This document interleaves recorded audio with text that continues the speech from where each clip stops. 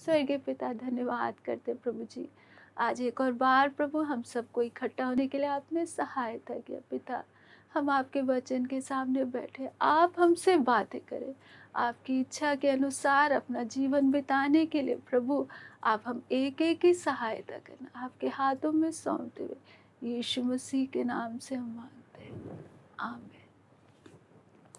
तो पिछले बार जो हम लोग विषय देख रहे थे कि ये हमारा जीवन परमेश्वर की नज़र से जब हम देखते हैं तो क्या है, एक दौड़ है और ये दौड़ समाप्त होने पर परमेश्वर ने स्वर्ग में प्रतिफल भी रखा है। लेकिन जब हम संसार में रहते वक्त हमारा सोच क्या होते रहता है, 10 तरफ भटकता रहता है और हम सही से अपने दौड़ पर ध्यान नहीं दे पाते। उसका कारण हमें समझना है कि आदि में जब परमेश्वर ने आदम और हव्वा को बनाया, अपने स्वरूप और अपने समानता में बनाया, तब परमेश्वर हम देखते हैं शुरू से कि परमेश्वर ने आदम के अंदर आत्मा, प्राण और शरीर तीनों को हमने अच्छे से अलग अलग करके समझना है।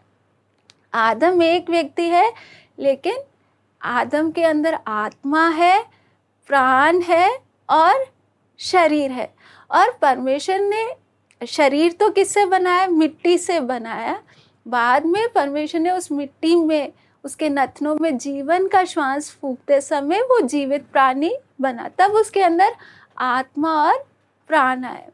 तो मेन चीज जो आदम के अंदर आया है वो क्या है, उसका आत्मा है ना। आत्मा परमेश्वर ने क्यों डाला, क्योंकि आत्मा के द्वारा ही हम परमेश्वर के साथ संगति कर सकते हैं, है ना। शरीर के द्वारा नहीं, केवल आत्मा के द्वारा। लेकिन हम जब और सबसे मुख्य क्या था, कौन था, आत्मा था।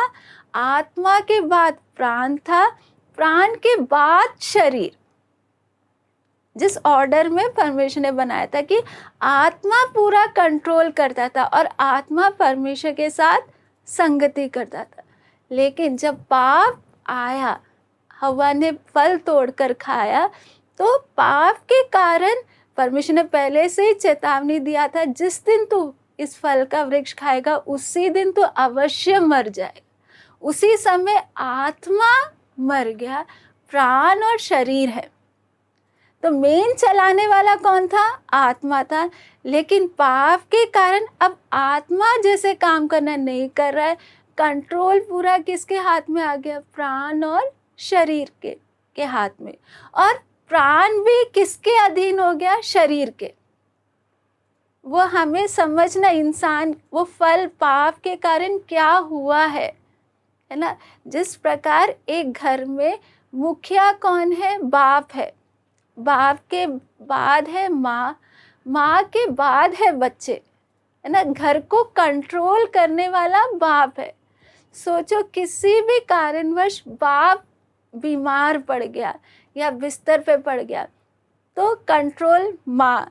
और यदि माँ भी बच्चों के कहने पर चलने लगे तो उस घर की स्थिति कैसे होगी, है ना। उदाहरण के लिए पैसा ही ले लो, जब तक बाप के हाथ में पैसा है, बाप वो समझदारी के साथ वो पैसा को इस्तेमाल करेगा।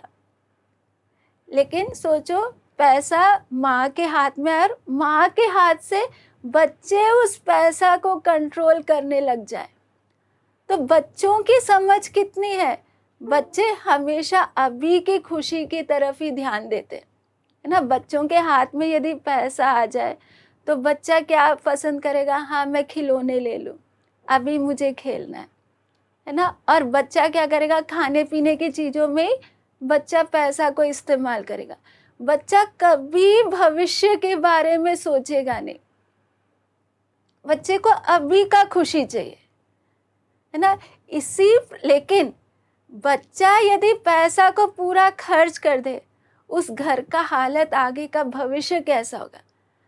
बाप तो हाँ अभी के जरूरत के लिए भी इस्तेमाल करेगा, लेकिन बड़े लोग हमेशा भविष्य की चिंता ज्यादा करते हैं, हिसाब से हर चीज का इस्तेमाल करते हैं। लेकिन बच्चों को भविष्य से कोई मतलब नहीं है। ये गिरावट मनुष्य के जीवन में भी आया। मेन कंट्रोल करने वाला आत्मा था, लेकिन आत्मा के जगह जब पाप आने के कारण अब कंट्रोल शरीर कर रहा है, प्राण को पूरा शरीर कर रहा है, और शरीर अपनी इच्छाओं के अनुसार चला रहा है। इसलिए परमेश्वर के तरफ इंसान का क्या नहीं है, इतना भूख नहीं, वो अभी की चिंता कर रहा है। उसे पता है कि मौत है, ये संसार छोड़कर जाना है, सब पता है, लेकिन कंट्रोल शरीर के हाथ में। हम देखते हैं इफिसियों 2:3, इनमें हम भी सब के सब पहले अपने शरीर की लालसाओं में दिन बिताते थे और शरीर और मन की इच्छाएं पूरी करते थे, और अन्य लोगों के समान स्वभाव ही से क्रोध के संतान थे।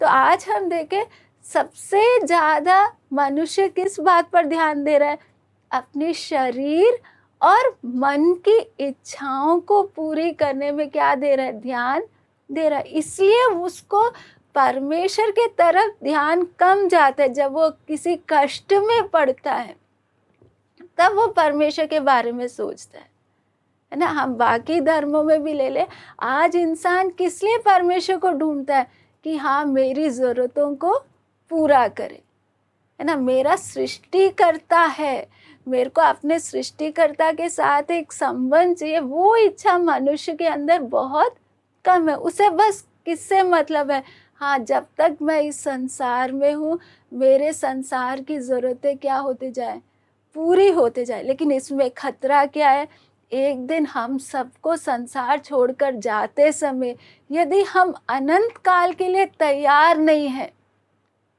तब हमें उसका नुकसान समझ में आएगा। इसलिए प्रभु यीशु मसीह भी क्या बोलते हैं, यदि एक व्यक्ति सारे संसार को प्राप्त कर ले परंतु अपने प्राण की हानि उठाए तो उसे क्या लाभ होगा।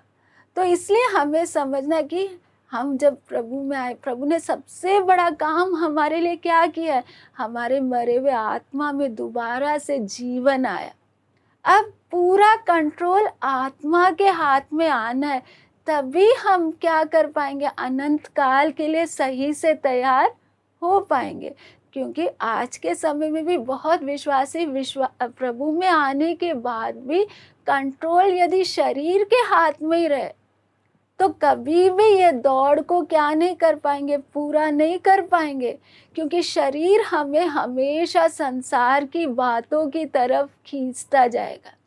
इसलिए मुझे और आपको सबसे ज़्यादा ध्यान किस बात पर देना है कि मेरे शरीर प्रभु ने दिया, लेकिन ये शरीर मेरा खाली 60 साल तक के लिए है, 60 या 70 साल के लिए। एक दिन मेरे को ये शरीर छोड़ना है, तो मुझे मेरा शरीर नहीं चलाना है, मेरा कंट्रोल, मेरे जीवन का नियंत्रण आत्मा के हाथ में आना है। आत्मा परमेश्वर की इच्छा के अनुसार मेरा जीवन को मुझे आगे बढ़ाना है। हम देखते हैं कि संसार में रहते समय, है ना, आसान नहीं है, क्योंकि संसार पूरा, जब अपने संसार की अभिलाषाओं के पीछे जाते समय हमें संसार प्रभु के पीछे चलना है तो संघर्ष करना पड़ेगा। लेकिन हम देखते वचन में कितने प्रभु के संत लोग हैं जिन्होंने इस संसार में रहते हुए परमेश्वर के साथ एक गहरा संबंध बनाया। हम वही इब्रानियों 12 में हम देखते हैं, गवाहों का ऐसा बड़ा बादल जो हमें घेरे हुए। संसार का परिस्थिति तो एकदम विपरीत है ना। संसार तो हमें संसार की ओर ही खींचेगा, लेकिन इनके बीच में भी हम लोग संत लोगों को देखते हैं, गवाहों का ऐसा बड़ा बादल जिन्होंने अपना जीवन संसार के अनुसार नहीं बिताया। हम इब्रानियों 11 अध्याय में भी हम लोग पूरा वो लिस्ट देखते हैं, कितने संत लोग, है ना, इस संसार में रहते हुए उन्होंने विश्वास के द्वारा परमेश्वर को प्रसन्न किया, परमेश्वर के लिए जीवन बिताया। तो इसलिए कठिन असंभव नहीं है, है ना। उन लोग यदि जी सकते हैं तो जरूर प्रभु हमें भी ताकत देगा, यदि हमारे अंदर क्या हो, एक इच्छा हो। क्योंकि हम देखते हैं, सबसे पहले हम हानूक के बारे में देखते हैं। हानूक के विषय में परमेश्वर ने गवाही दिया कि उसने परमेश्वर को क्या किया, प्रसन्न किया।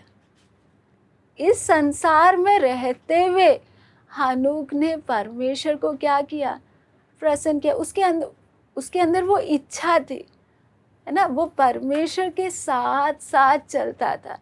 और हम ये भी देखते हैं कि उसके साथ उसका परिवार भी था, है ना। परिवार के साथ रहते हुए हानूक 300 साल तक परमेश्वर के साथ चला। बहुत बार हम किसी के साथ चलते चलते 1 साल या 2 साल के बाद कुछ ना कुछ बात होने के कारण फिर हम उनसे क्या हो जाते हैं, दूर हो जाते हैं। लेकिन हानूक बराबर 300 साल परमेश्वर के साथ चला और बाद में परमेश्वर ने उसे जीवित ही उठा लिया। तो इसी से संबंधित हम पढ़ते हैं आमोस 3:3। हानूक कैसे चला होगा? यदि 2 मनुष्य परस्पर सहमत ना हो तो क्या वे एक संग चल सकेंगे? है ना, क्या लिखा है? 2 मनुष्य परस्पर सहमत ना हो तो क्या वो एक संग चल सकेंगे? तो हानूक कैसे परमेश्वर के साथ चल पाया? जरूर शुरू में इतना नजदीकीपन नहीं होगा, लेकिन चलते चलते हानूक ने क्या किया, परमेश्वर की इच्छा अलग और हानूक की इच्छा अलग होती तो कभी भी हानूक परमेश्वर के साथ क्या नहीं कर पाता, चल नहीं पाता। हानूक क्यों चल पाया? क्योंकि उसने अपनी इच्छाओं को त्यागते हुए उसे परमेश्वर के साथ चलने का क्या था, एक इच्छा था। यदि हानूक भी संसार की तरह सोच रखता, उस समय भी पाप इतना ज्यादा था, है ना, और कोई संगति देने वाला ना होने पर भी यदि हानूक चल पाया, केवल उसके अंदर की इच्छा के कारण ना। तो हम भी यदि इच्छा रखेंगे तो जरूर हम भी इसी संसार में परमेश्वर के साथ साथ चल सकते। हम मूसा के बारे में देखते हैं कि मूसा ने परमेश्वर को सबसे पहले जलती हुई झाड़ी में देखा। बाद में मूसा के द्वारा परमेश्वर ने 10 चमत्कार मिस्र में किए और अकेला मूसा को वहां से निकालकर, मूसा ने अकेले इजरायलियों को वहां 32 लाख लोगों को निकाल कर लेकर आया। लाल समुद्र को 2 हिस्सा होते हुए देखा, है ना। हमारे साथ ऐसा होगा तो हम कितना खुश हो जाएंगे, देखो मैंने कितने बड़े बड़े चमत्कार किए, है ना। मैं अकेला जाकर मैंने इजरायलियों को मिस्र में से छुड़ाया। लेकिन हम निर्गमन की पुस्तक में पढ़ते समय मूसा जितना परमेश्वर के नजदीक आता गया, मूसा के अंदर परमेश्वर के लिए वो भूख बढ़ता गया ना। हम वचन में देखते हैं परमेश्वर खुद गवाही देता कि परमेश्वर मूसा के साथ आमने सामने बातें करता था। 40 दिन 2 बार मूसा अकेला परमेश्वर के साथ पर्वत पर उपवास के साथ वो 10 आज्ञाएं पाने के लिए इंतजार किया। इतना नजदीक संगति है मूसा का परमेश्वर के साथ, लेकिन उस हालत में भी वो तृप्त नहीं हुआ। ये क्यों देख रहे हैं? बहुत बार हम अपने थोड़े से आत्मिक जीवन से तृप्त हो जाते हैं। थोड़ा सा प्रार्थना कर लिया, थोड़ा वचन से परमेश्वर ने बात कर लिया, हम लोग खुश हो, हाँ बस काफी। तो सोचा हमसे कितना ज्यादा अनुभव मूसा को मिला। फिर भी हम पढ़ते हैं निर्गमन 33 का 13 से हम पढ़ते हैं 13 आयत में। अब यदि मुझ पर तेरे अनुग्रह की दृष्टि हो तो मुझे अपनी गति समझा दे, जिससे जब मैं तेरा ज्ञान पाऊं तब तेरे अनुग्रह की दृष्टि मुझ पर बनी रहे। फिर ये भी ध्यान रख कि ये जाति तेरी प्रजा है। यहोवा ने कहा, मैं आप तेरे साथ चलूँगा और तुझे विश्राम दूंगा। उससे कहा, यदि तू आप ना चले तो हमें यहाँ से आगे ना ले जा ना। तो यहाँ पर हम देखते हैं परमेश्वर खुद क्या बोल रहे हैं कि मैं आप तेरे संग चलूँगा। तो हमारे साथ परमेश्वर बोलेंगे, इस प्रकार बोलने से हम उसी में क्या हो जाते, तृप्त हो जाते, हाँ परमेश्वर साथ है।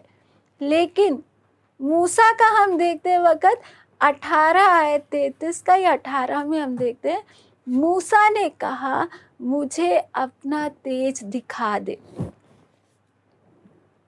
है ना, हम बोलेंगे मूसा तूने कितना कुछ देख लिया, अभी भी तेरा मन नहीं भरा। है ना, परमेश्वर को तूने जलती हुई झाड़ी में देखा है, परमेश्वर ने तेरे द्वारा कितने बड़े बड़े काम किए हैं। है ना, क्या इतना काफ़ी नहीं है? लेकिन यहाँ पर मूसा के अंदर की इच्छा क्या है, परमेश्वर साथ है, काफ़ी नहीं, मुझे परमेश्वर का क्या देखना है।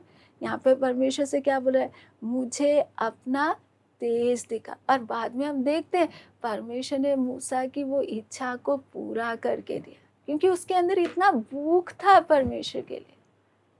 है ना, तो हमारा भी आत्मिक जीवन में जितना हम परमेश्वर के नज़दीक आते जाते हैं, परमेश्वर के लिए वो भूख हमारे अंदर बढ़ते जाना है ना, तो फिर हम और परमेश्वर को अनुभव कर पाएंगे। कभी भी वो तृप्त हुआ वो अनुभव में नहीं आना कि हाँ बस इतना काफ़ी है। जैसे एक समुंदर है, कितना गहरा है, कितना भी गहराई में जाएंगे उतना और गहरा होता है जाता है। इसी प्रकार परमेश्वर के भी हम जितना नज़दीक आएंगे उतना ही ज़्यादा और नज़दीक आने का मन क्या होते जाना है, हमारे अंदर बढ़ता जाना है। हम देखते हैं दाऊद एक राजा होने पर भी ना, वचन संगीता 27 का 4 और 8 पढ़ेंगे।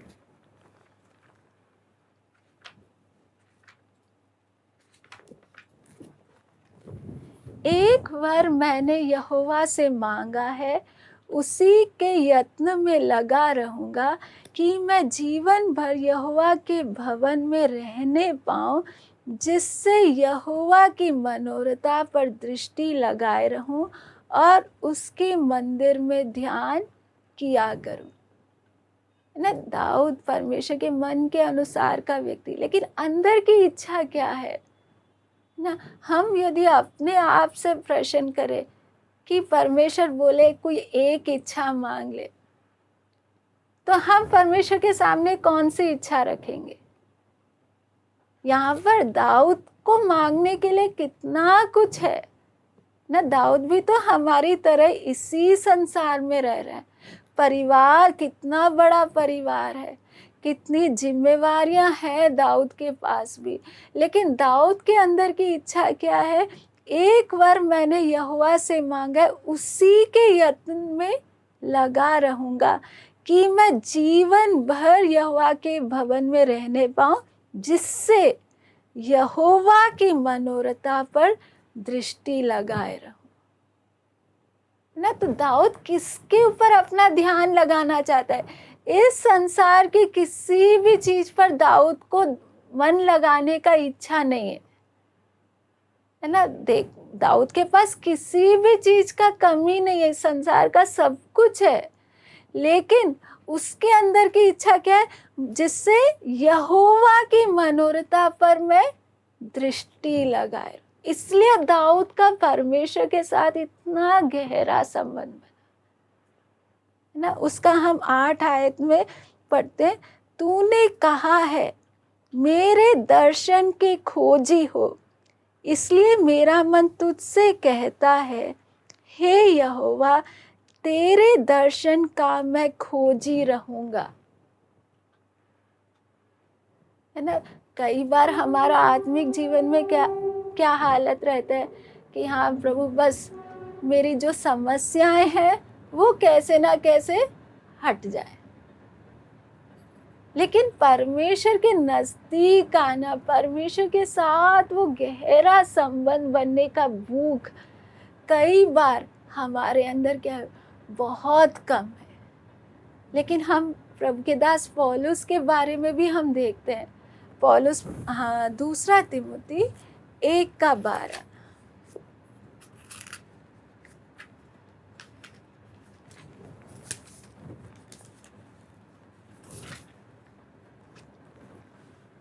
इस कारण मैं इन दुखों को भी उठाता हूँ, पर लज्जाता नहीं, क्योंकि मैं उसे जिस पर मैंने विश्वास किया है जानता हूँ, और मुझे निश्चय है कि वो मेरे धरोहर की उस दिन तक रखवाली कर सकता है।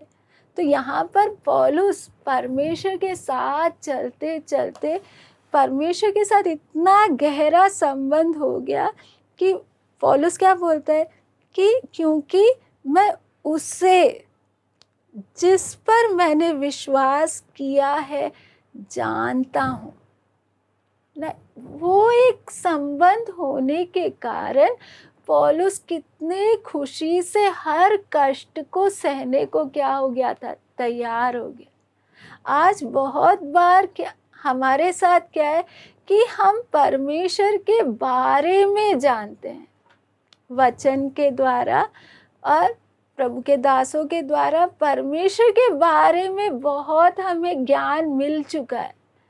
लेकिन क्या हम पौलुस की तरह दिलेरी से बोल सकते हैं मैं परमेश्वर को जानती हूँ,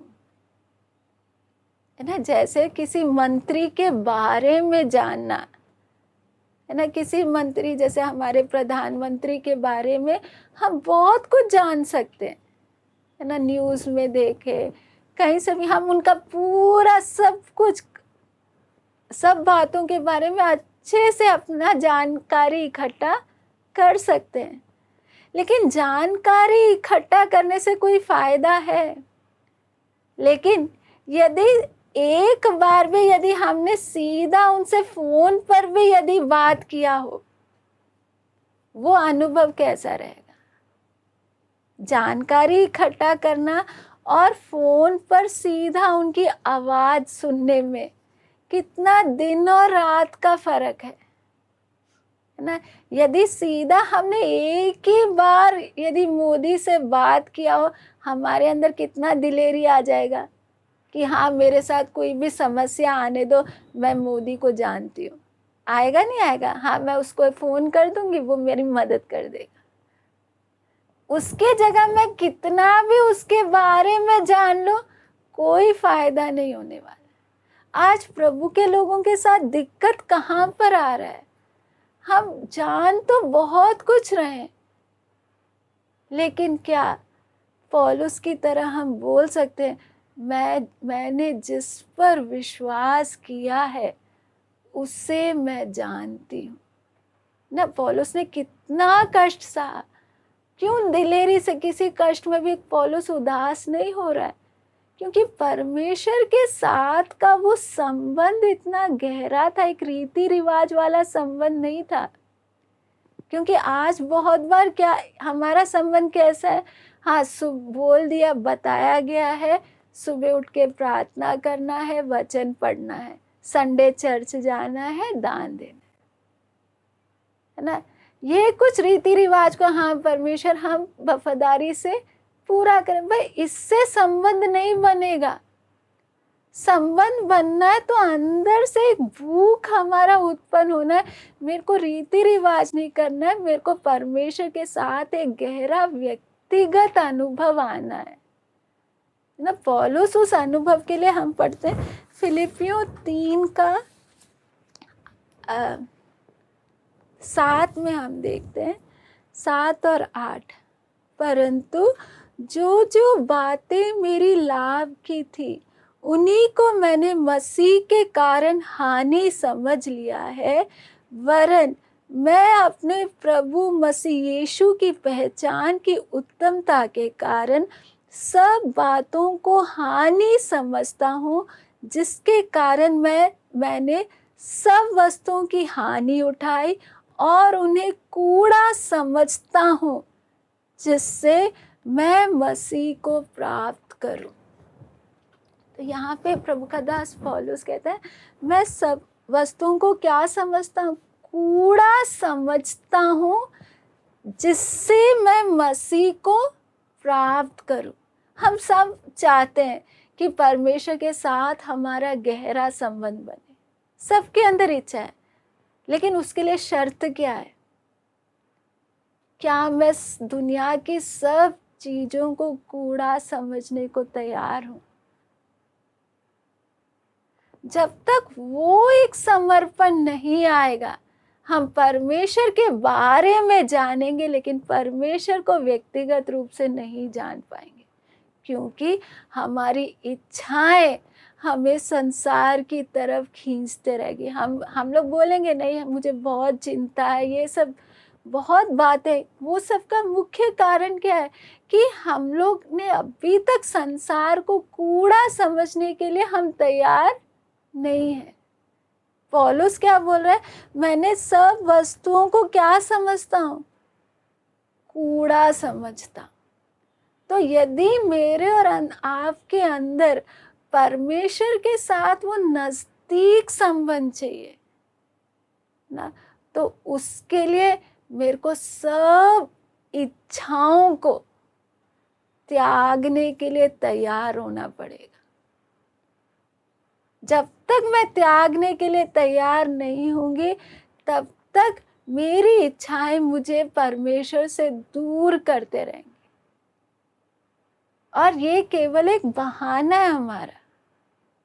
तो परमेश्वर सबसे कीमती है। हम अपनी इच्छाओं को कितना भी पालते रहे, एक दिन तो मरकर जाना है, सब कुछ छोड़ना है। लेकिन इस संसार में सबसे कीमती चीज यदि मैंने और आपने प्राप्त किया तो वो क्या है? परमेश्वर के साथ का वो निकट संबंध, जो मौत भी हमारे हाथ से छीन नहीं पाएगा। और ये सबसे बड़ा सौभाग्य है।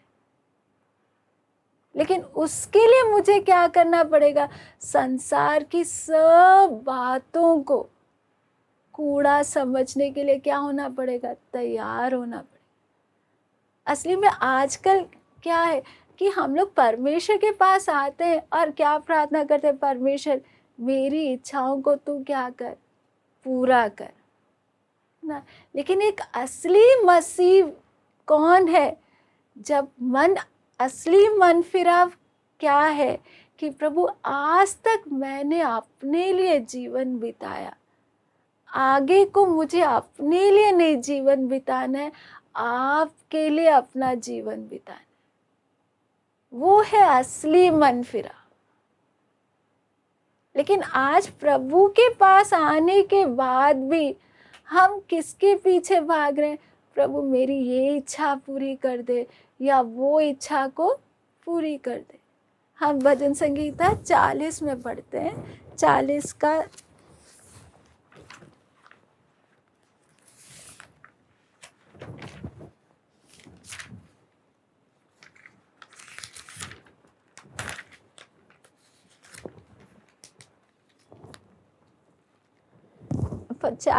6 से 8 तक। मेल बलि और अन्न बलि से तू प्रसन्न नहीं होता, तूने मेरे कान खोद कर खोले हैं। होम बलि और पाप बलि तूने नहीं चाहा। तब मैंने कहा, देख मैं आया हूँ, क्योंकि पुस्तक में मेरे विषय ऐसे ही लिखा हुआ है। हे मेरे परमेश्वर, मैं तेरी इच्छा पूरी करने से प्रसन्न हूँ और तेरी व्यवस्था मेरे अंतःकरण में बसी है ना। यहाँ पर साफ लिखा है कि परमेश्वर, मेल बलि और अन्न बलि से तू प्रसन्न नहीं होता। लेकिन आज हमारी सोच क्या है कि नहीं, परमेश्वर को कुछ दे देंगे, दान दे देंगे तो परमेश्वर क्या हो जाएगा? प्रसन्न हो जाएगा। लेकिन परमेश्वर साफ वचन क्या लिखा है? मेल बलि और अन्न बलि से कौन नहीं प्रसन्न होता? परमेश्वर प्रसन्न नहीं होता। उसका 8वां आयत में क्या लिखा है?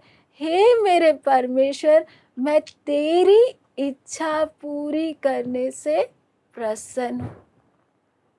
तो हमारा जीवन का लक्ष्य क्या होना है?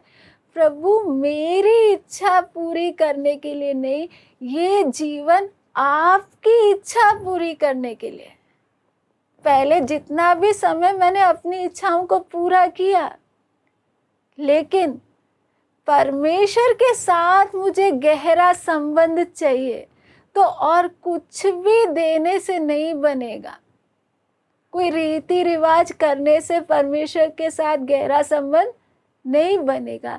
हमारे अंदर एक गहरा वो समर्पण आना है, प्रभु मेरे जीवन में हर बात में, हर क्षेत्र में प्रभु आपकी इच्छा पूरी हो, मेरी एक भी इच्छा पूरी ना हो।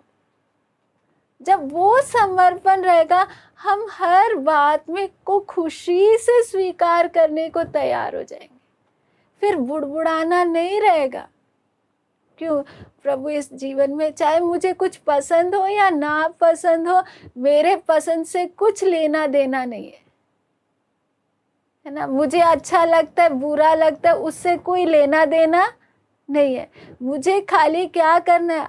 परमेश्वर की इच्छा को पूरी करना, चाहे मुझे अच्छा लगे या मुझे अच्छा ना लगे ना। इसलिए प्रभु यीशु मसीह साफ कहता है कि यदि कोई मेरा चेला मेरे पीछे आना चाहे तो अपने आप का इनकार करे और प्रतिदिन अपना क्रूस उठाए हुए मेरे पीछे हो ले। हमारे साथ दिक्कत क्या है कि प्रभु जो बात मेरे को अच्छी लगती है वो मैं मानने को क्या हूँ? तैयार हूँ। लेकिन प्रभु जो बातें मुझे पसंद नहीं है और आप मेरे जीवन में आने देंगे, तो मैं उसको स्वीकार करने को क्या नहीं हूँ? तैयार नहीं। इस बात में हमारा फिर परमेश्वर के साथ संघर्ष होने लगता है। फिर बुड़बुड़ाने के लिए मौका आ जाता है, फिर विचार हमें घुमाने लग जाते हैं। इसलिए मेरे जैसे पौलुस के अंदर वो गहरा एक इच्छा था कि मेरे लाभ की सब वस्तुओं को मैंने क्या समझ लिया? हानि समझ लिया। दुनिया की सब बातें मेरे लिए कूड़ा है। तब जाके पौलुस क्या, वो क्यों ऐसा समर्पण कि कैसे भी मुझे मसीह को क्या करना है? प्राप्त करना है। हम पौलुस से सवाल करें, पौलुस क्या अभी तक आप परमेश्वर को जानते नहीं हो? क्योंकि पौलुस ये लिखते समय जेल में बैठ के लिख रहा है। जेल में भी किसके कारण है? परमेश्वर के कारण है ना। कितनी कलीसियां स्थापित कर ली। हमसे कितना ज्यादा गहरा अनुभव पौलुस के पास है। तीसरे स्वर्ग तक उठा लिया गया, तब भी पौलुस के अंदर की भूख क्या है? नहीं, अभी मैंने मसीह को सही से प्राप्त नहीं किया, मुझे और पाना है, और जानना है। लेकिन हमारे साथ दिक्कत क्या है? हम संसार की इतनी बातों से भर चुके हैं कि परमेश्वर के लिए भूख अभी कम है। जैसा भूख परमेश्वर के लिए होना है वैसा नहीं है। थोड़ा सा हम क्या करते हैं? प्रार्थना कर लिए, उससे हम लोग तृप्त हो जाते हैं।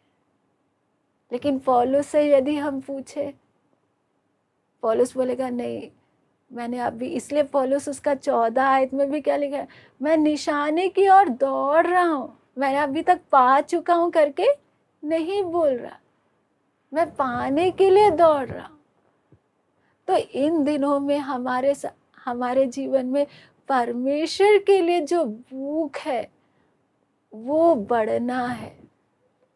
जितना परमेश्वर की अभी हम उपस्थिति अनुभव करते वो काफी नहीं है।